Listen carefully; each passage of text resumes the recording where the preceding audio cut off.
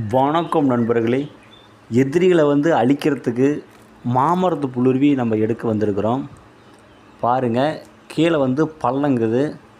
அந்த பள்ளத்தில் தான் மாமரம் நிறைய இருக்குது. அங்கே தான் நம்ம புல்லுருவி எடுக்கிறதுக்கு போகிறோம்.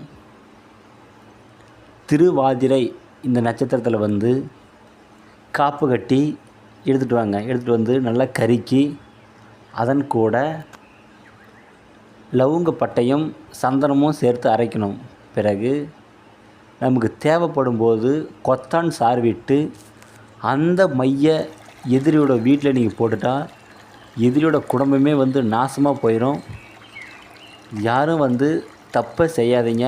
ஏன்னா இது மிகவும் எல்லாமே கெட்டதாக தான் செய்யும். இது தெரிஞ்சுக்கங்க. யாரும் தவறானவங்க செய்யாதீங்க.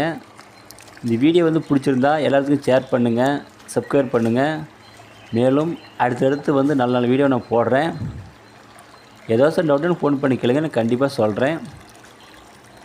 மாமரத்து புல்லுருவி நல்லா பாருங்கள். இப்படி தான் மாமரத்து புல்லுருவி இருக்கும். இந்த புல்லுருவி கிடைக்கிறதெல்லாம் மிகவும் அரிது. ஏன்னா இதெல்லாம் வெறும் கெட்ட வேலை தான் செய்யும், நல்ல வேலை ஒருபோதும் செய்யாது.